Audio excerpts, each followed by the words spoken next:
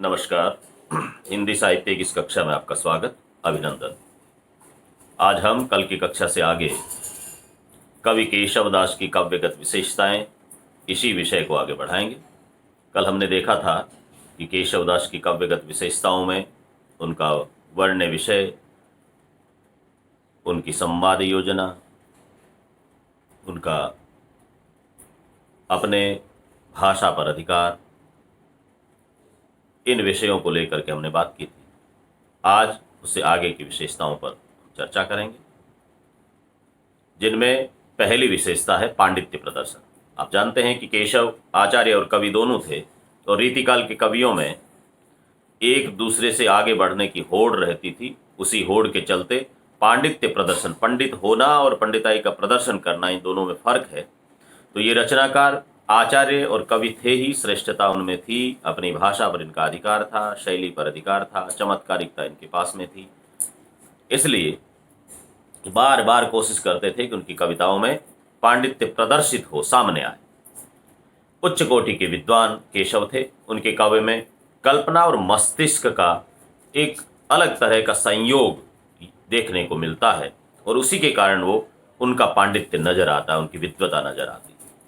उनका ध्यान जितना पांडित्य प्रदर्शन पे रहा, आलोचकों का ये मानना है कि जितना ध्यान उनका पांडित्य प्रदर्शन पर रहा, उतना भाव प्रदर्शन पे नहीं रहा। जबकि कविता का मूल जो आत्मा है कविता की, वो तो भाव है, रस है। लेकिन इन्होंने शिल्प पे ज्यादा ध्यान दिया रीतिकाल के कवियों ने, और केशव तो अलंकारवादी आचार्य थे, इसलिए उनका ध्यान ज्यादा उधर रहा पांडित्य प्रदर्शन की ओर। तो इसलिए भाव प्रदर्शन की बजाय पांडित्य प्रदर्शन पर इनका ज्यादा ध्यान रहा। और इसी प्रवृत्ति के कारण, जो पांडित्य प्रदर्शन की है प्रवृत्ति, या अलंकार जबरदस्ती लादने की जो प्रवृत्ति है, इसी के कारण केशव को हृदयहीन कवि का इस विरुद्ध के विभूषित किया लोगों ने, या आलोचना का शिकार होना पड़ा।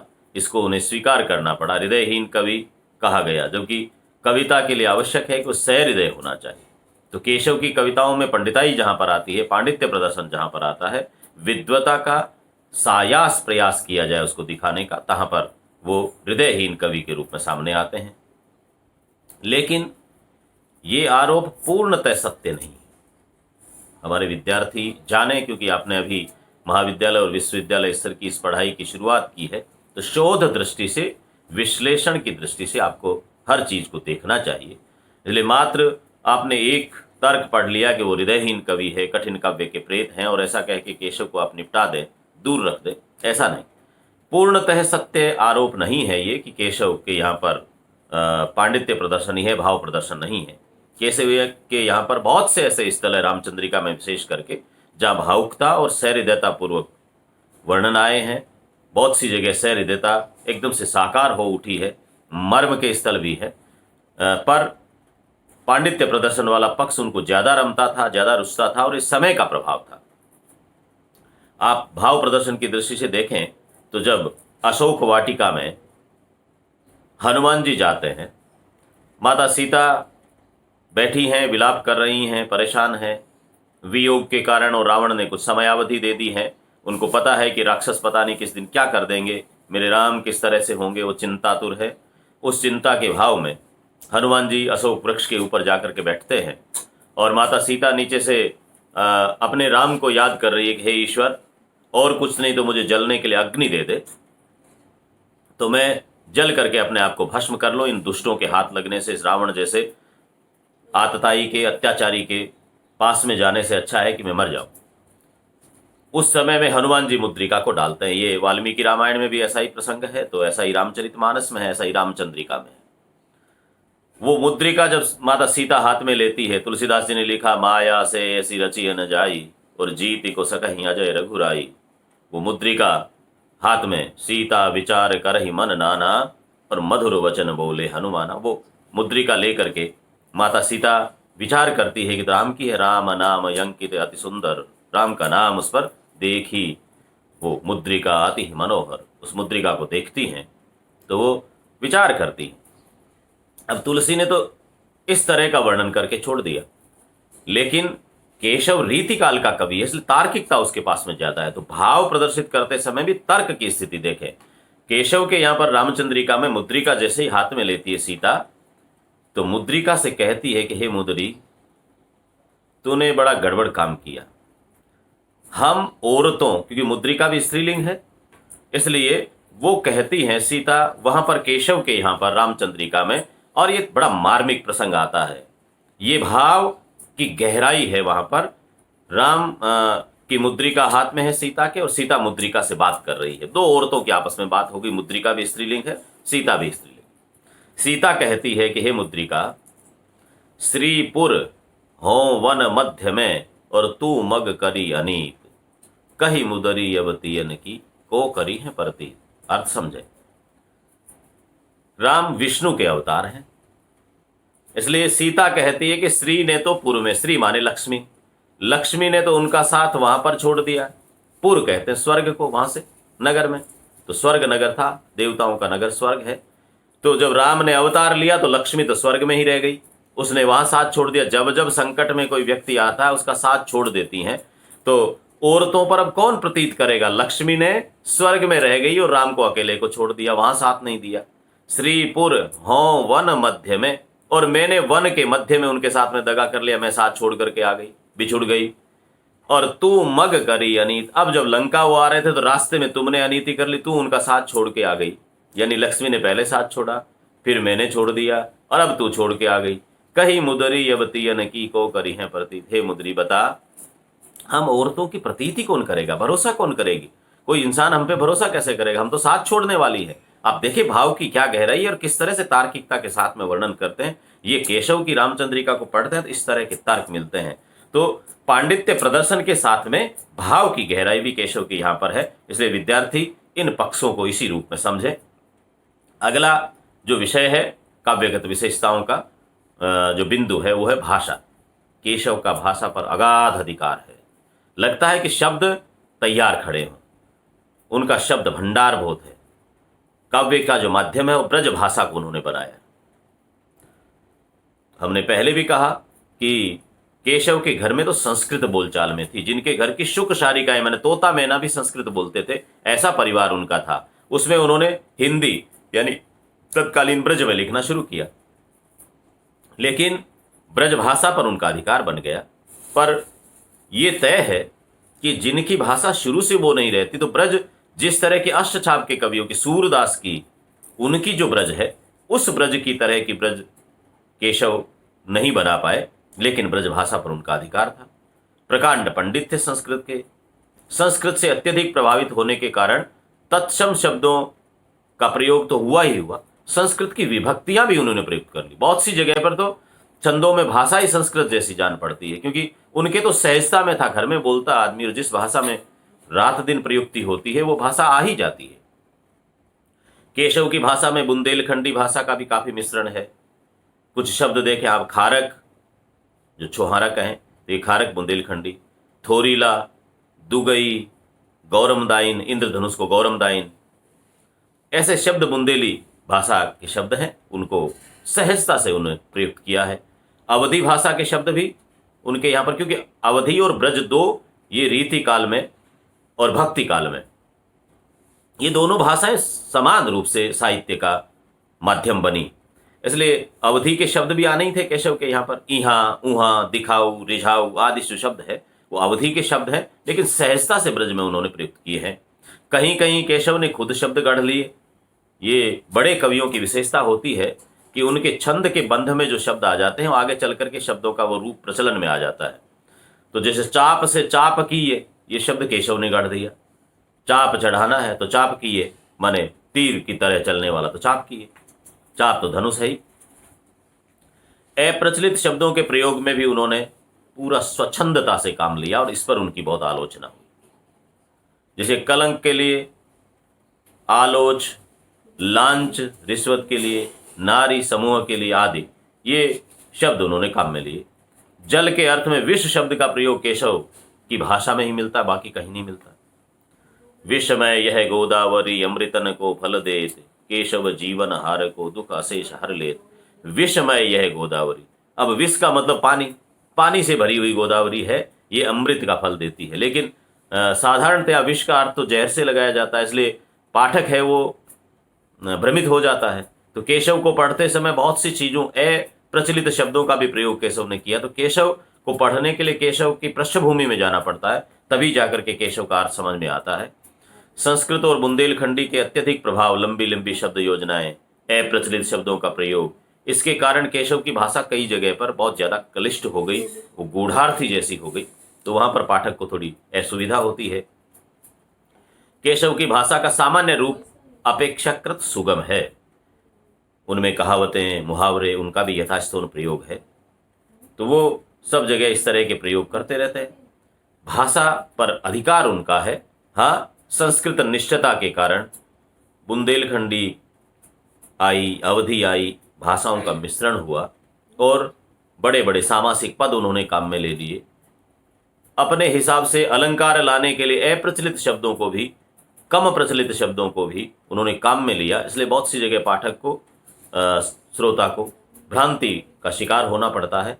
उसके बावजूद भाषा पर केशव का पूर्ण अधिकार नजर आता है, बड़ी दखल नजर आती है। वो चाहते हैं उन भावों को उतारने में सक्षम है। शब्दों को किस तरह से संवाद योजना में तो उनका कोई मुकाबला ही नहीं है। एक एक पंक्ति में 3-3 बार, 2-2 बार बुला देते हैं दोनों पात्रों को। ऐसा केशव के पास ही है। अगला बिंदु है शैली। केशव की शैली पर उनके व्यक्तित्व की छाप स्पष्ट दृष्टिगोचर होती है।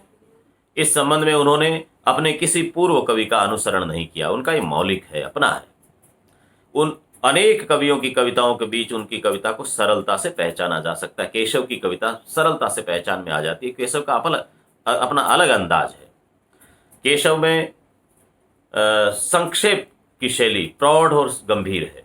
केशव की बात करें तो प्रौढ़ और गंभीर शैली उनकी है। सार रूप में बात करें तो पांडित्य प्रदर्शन के कारण कहीं कहीं वो दुरूह हुई है। बाकी उनकी शैली में गद्यात्मकता देखने लायक है, आकर्षण देखने लायक है, चमत्कार देखने लायक है। इसलिए शैली की दृष्टि से भी केशव बड़े सक्षम है। रस, अगला बिंदु। केशवदास ने अपने काव्य में अनेक स्थलों पर विविध रसों की उत्कृष्ट व्यंजना की है, किंतु मुख्यतः वे श्रृंगार और वीर रस के कवि हैं। श्रृंगार के दोनों पक्षों को उन्होंने अपनाया है। वीरोचित उत्साह के मार्मिक वर्णन में तो वे अपना सानी नहीं रखते। शत्रुघ्न बाणों से मूर्छित जो लव है, उसके लिए शत्रुघ्न ने जब बाण चलाया, युद्ध हुआ लव कुश और शत्रुघ्न लक्ष्मण इनके बीच में, तो लव ने जब शत्रुघ्न ने बाण चलाए तो लव बेहोश हो गए। सीता विलाप करती है अपने बेटे के लिए। उस समय कुश, अब छोटी छोटी उम्र के बच्चे हैं, लव कुश तो है, लेकिन क्षत्रिय में गुण होता है, वीरत्व का गुण। कुश है वो अपनी माँ को, सीता को धैर्य बंधवाता हुआ कहता है कि हे माँ, चिंता न करो, मैं शत्रुओं का संहार करके पूरे दल बल सहित उनको संहार करूंगा, और यम के पास में भी यदि लव है तो उसको छुड़ा के लाऊंगा। चिंता नहीं करनी है, तुम धैर्य धारण करो और अपने बेटे पे भरोसा करो। वहां की पंक्तियां देखिए। रिपु ही मार संहारी दल, यमते ले हूं छुड़ाए, लव ही मिले हों देखी हूं माता तेरे पाए। हे माँ, अब तुम्हारे चरणों, क्योंकि ये हमारी परंपरा, ये मर्यादा रही, बेटे माँ के चरणों में वंदना करते हैं, उनका सबसे पहले दर्शन करते हैं। तो इसलिए हमारे यहाँ पारिवारिक संस्कार में ये है कि बड़े बुजुर्गों से सीधे मुंह तो बात करना ही नहीं है, नीचे नजर झुका के बात करनी है। हमारे संस्कार थे, उनके चरणों पर ही नजर रहती है। इसलिए कुश ने कहा, रिपु ही मार संघारी दल, दुश्मनों को मार करके उनके दल बल को संघार करे, यमते ले हूं छुड़ा, यमराज से भी छुड़ा के ले आऊंगा लव को। लव ही मिले हों देखी हूं, और अगली प्रतिज्ञा देखें, कितनी भीषण प्रतिज्ञा है। कहते हैं कि लव मिलेगा तभी मैं तुम्हारे चरणों को आकर के दर्शन करूंगा, यानी तुम्हारे सामने तभी आऊंगा जब लव को लेकर के आऊंगा। इसलिए हे मां, धैर्य धारण करो, मुझ पर भरोसा करो। ये वीरत्व की जो चीजें हैं, वो वीर रस का, उत्साह का संचार है। वहां तो केशव को विशेष सफलता मिली है। छंद विधान केशव का, ये तो छंदों के महाज्ञाता थे केशव। अपार ज्ञान था उनके पास। ऐसा इतना छंदों का वैविध्य पूर्ण प्रयोग जो है, वो केशव के अलावा किसी ने और ने हिंदी में नहीं किया, न ब्रज में, न अवधि में, न अन्य भाषाओं में। हाँ, राजस्थानी भाषा में अवश्य ही अनेक छंदों का प्रयोग करने वाले रचनाकार रहे हैं, बहुत से ऐसे महाकाव्यों में प्रयोग हुआ है, लेकिन ब्रज अवधि में इस तरह का प्रयोग इतने छंदों का कहीं पर नहीं मिलता है।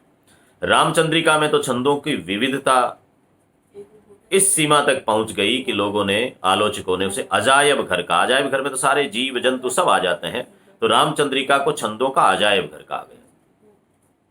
केशव ने स्वतः ही लिखा कि रामचंद्र की चंद्रिका बरनति हो बहु छंद। मैंने रामचंद्र की इस चंद्रिका को बहुत से छंदों में वर्णित किया है। केशव ने खुद स्वीकार किया। आलोचकों ने उसे छंदों का अजायब घर कह दिया। केशव की जो छंद योजना संस्कृत साहित्य की छंद योजना से प्रभावित है, किंतु उसमें कवित्त, सवैया, दोहा, पद्धरी, ये वाले जो छंद हैं सहजता से चलने वाले, छप्पे भी, कुंडलिया भी, ये सब छंद सफलतापूर्वक प्रयुक्त हुए हैं। तो केशव की छंद योजना बड़ी सक्षम है, बड़ी समृद्ध है।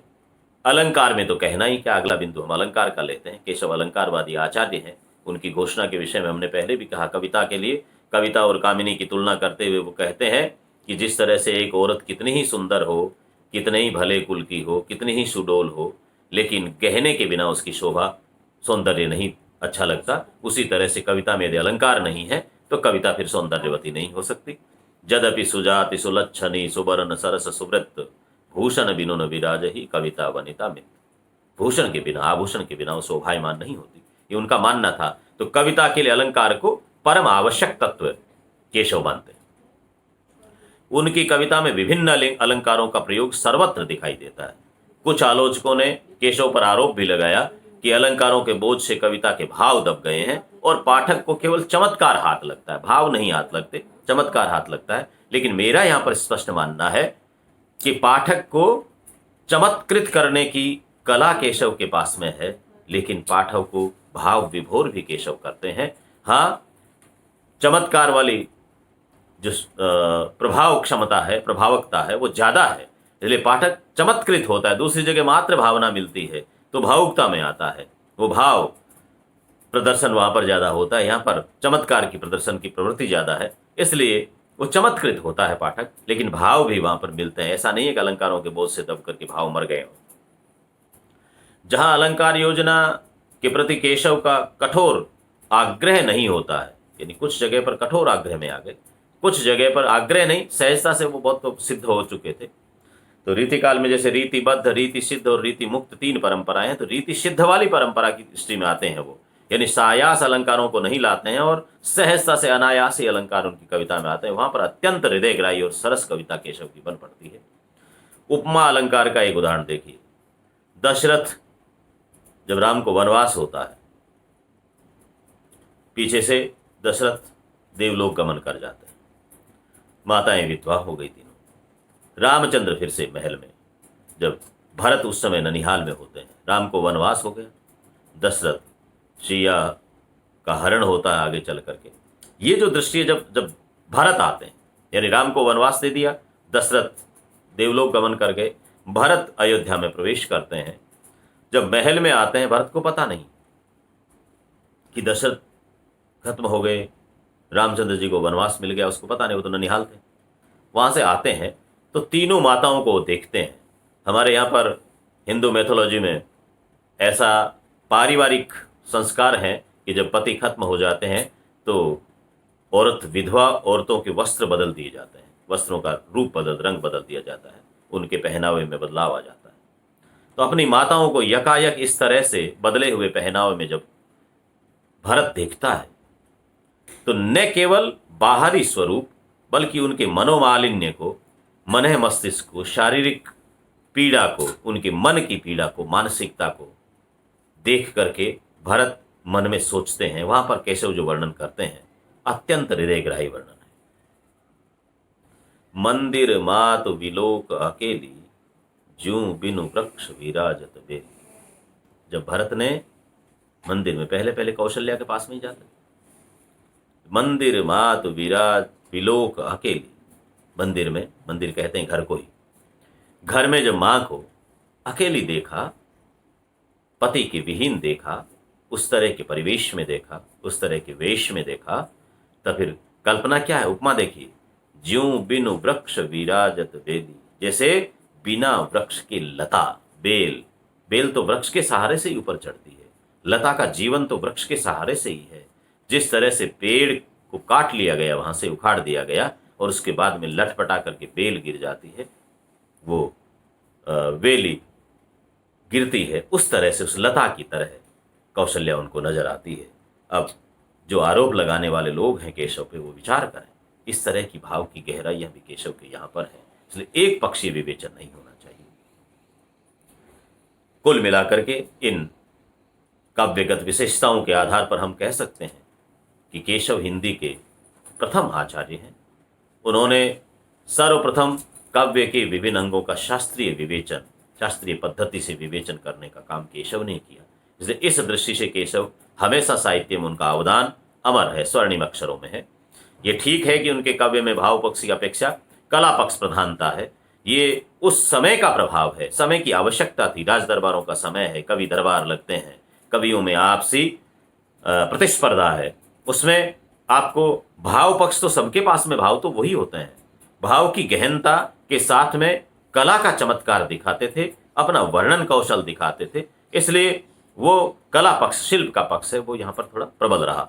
पांडित्य प्रदर्शन के कारण कुछ जगह पर काव्य में कठिनता आ गई है, इसलिए कठिन काव्य का प्रेत भी इनको कहा गया। किंतु एकदम से उनके महत्व को कहीं नकारा नहीं जा सकता। उस बात के लिए गूढ़ार्थी काव्य भी साहित्य की एक शैली है, एक सीमा पर जाकर के उसे भी काव्य शास्त्र विनोदेने कालो गच्छति धीमताम, जो संस्कृत में स्वीकार किया गया, वैसे अन्य भाषाओं में भी स्वीकार किया गया।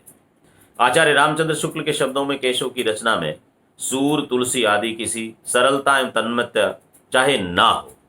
रामचंद्र शुक्ल नहीं तो कहा कठिन काव्य का प्रेत, हृदयहीन कवि, लेकिन वो भी अंततोगत्वा स्वीकार करते हैं कि भले ही सूर और तुलसी जैसी सरलता और तन्मयता नहीं हो, लेकिन काव्यांगों का जो विस्तृत परिचय उन्होंने करवाया है, उससे साहित्य में, हिंदी साहित्य में आगे का रास्ता खोला है। माने कि एक पथ प्रदर्शक बने हैं, प्रवर्तक बने हैं वो इस बात के लिए।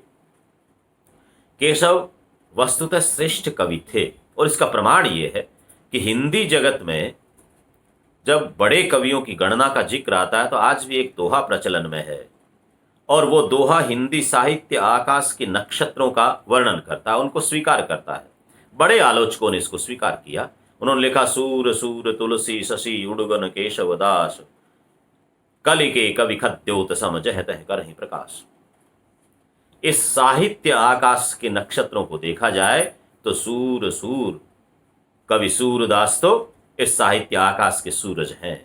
सूर सूर तुलसी शशि, और इस साहित्य आकाश के चंद्रमा है महाकवि तुलसीदास। सूरदास जी सूरज है, तुलसीदास जी चंद्रमा है, और उडगनो केशव दास, उडगन कहते हैं तारे को, सितारे को, और इस साहित्य आकाश का चमकता हुआ सितारा कौन है? वो केशव दास है। मात्र 3 लोगों की गणना की। कलि के कवि खद्योत सम जह तह करहि प्रकाश। आज के कलयुग के जो कवि हैं दूसरे वाले, ये सब तो खद्योत के समान हैं। खद्योत माने जुगनू, आ गया, जुगनू जह तह करहि प्रकाश, कहीं कहीं थोड़ा थोड़ा प्रकाश कर देते हैं, लेकिन चमकते हुए सितारे, चमकते हुए चंद्रमा, चमकता हुआ सूरज, तो ये 3 लोग रह गए, सूरदास, तुलसीदास और केशवदास। इसलिए केशव का साहित्य में अमर स्थान है। उस स्थान को कभी नकारा नहीं जा सकता, झुटलाया नहीं जा सकता। इस दृष्टि से केशव हिंदी साहित्य की अमोल निधि है। हमारे विद्यार्थी इसी दृष्टि से केशव का अध्ययन करें। आज के इस अध्याय में इतना ही। बहुत बहुत धन्यवाद।